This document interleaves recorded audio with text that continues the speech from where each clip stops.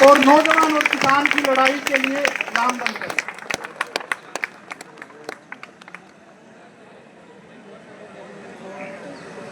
सम्माननीय अभिजीत दीपके जी, सम्मानित मंच, सामने खड़े हमारे सभी बच्चों, हमारी बेटियां बीच में मौजूद हैं, सभी को राम राम नमस्कार।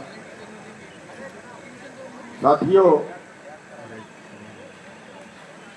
हमें देश के हालातों पे नजर डालनी चाहिए। ओ यार, हम बहुत से आंदोलन कर रहे हैं, पिछले 32 साल से कर रहे हैं। सवाल है देश का भविष्य बचाने का, और देश का भविष्य ये सड़कों पर रो रहा है।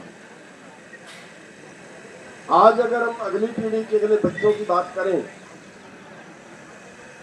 जितने रुपए महीना बच्चे की पढ़ाई पर खर्च होता है, उतने रुपए महीने की नौकरी नहीं मिलती।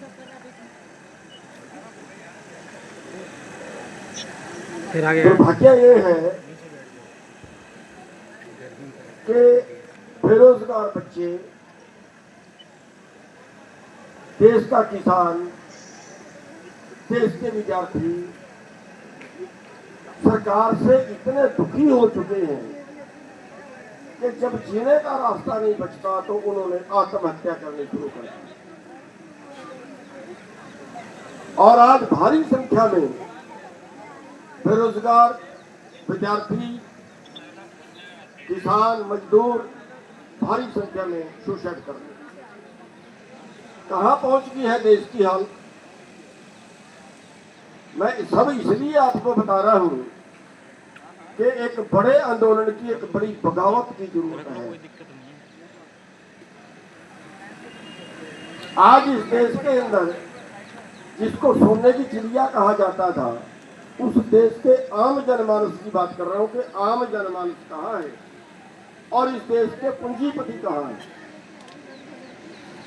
आज भारत में 23 करोड़ लोग ऐसे हैं जिनको 2 वक्त की रोटी नसीब नहीं है।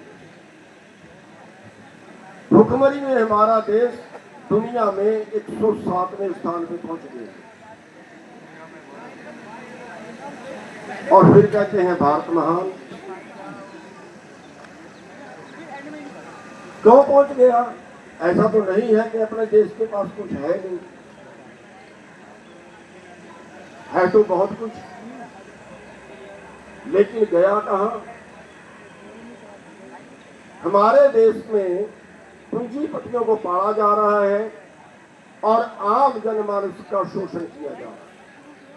आम जनमानस की जेब से पैसा निकलता है, बड़े पूंजीपतियों की जेब में जाता है।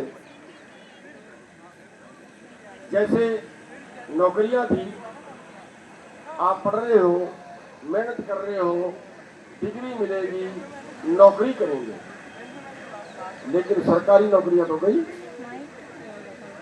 जहां 100 नौकरियां थी वहां 25 नहीं बची। अब आप प्राइवेट के आगे काम करोगे। प्राइवेट में कुछ जो बहुत ही दिमागदार, बहुत ही समझदार या बहुत ही तेज लोग हैं, बच्चे हैं, उनको तो शायद अच्छी नौकरी मिल जाए, और वरना 10,000 रुपए में 12-12 घंटे कंपनियों में, फैक्ट्रियों में हमारे नौजवान बच्चे काम कर रहे हैं। ये जिंदगी है क्या? ये जीवन है क्या? और इसी देश के अंदर आज अडानी की आमदनी 1900 करोड़ रुपए प्रतिदिन की है।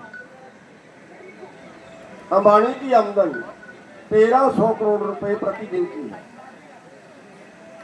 और आज देश के 9 पूंजीपति ऐसे हैं कि अगर उन 9 पूंजीपतियों की संपत्ति जोड़ दी जाए तो देश के 50-55 करोड़ लोगों के बराबर संपत्ति है 9 आदमियों के पास। और अभी उन्हीं के कर्जे माफ कर रहे हैं, यानी बैंक से लोन लिया और फिर उनका सेटलमेंट कर दी 49,000 करोड़ का कर्जा 450 करोड़ में निपटा दिया। पिछले 11 साल के अंदर 16.5 लाख करोड़ रुपया उनको इस तरीके से दान कर दिया। साथियों, अभी यहाँ बस नहीं है, अभी देश की और आर्थिक हालत खराब होगी। अभी देश की 50% आबादी की आजीविका खेती है आज भी। और अभी जो ये अमेरिका से डील कर रहे हैं वो ये डील नहीं है कि जितनी जरूरत पड़ेगी हम उतना खरीद लेंगे। किसी देश को जितनी जरूरत होती है उतना जिस देश से सस्ता मिलता है उस देश से खरीदता है। लेकिन इस डील के अंदर ये है कि जितना अमेरिका चाहेगा उतना भारत में बेचेगा। अमेरिका का रकबा भारत से 7 गुना ज्यादा है। अमेरिका की आबादी भारत से 4 गुना कम है।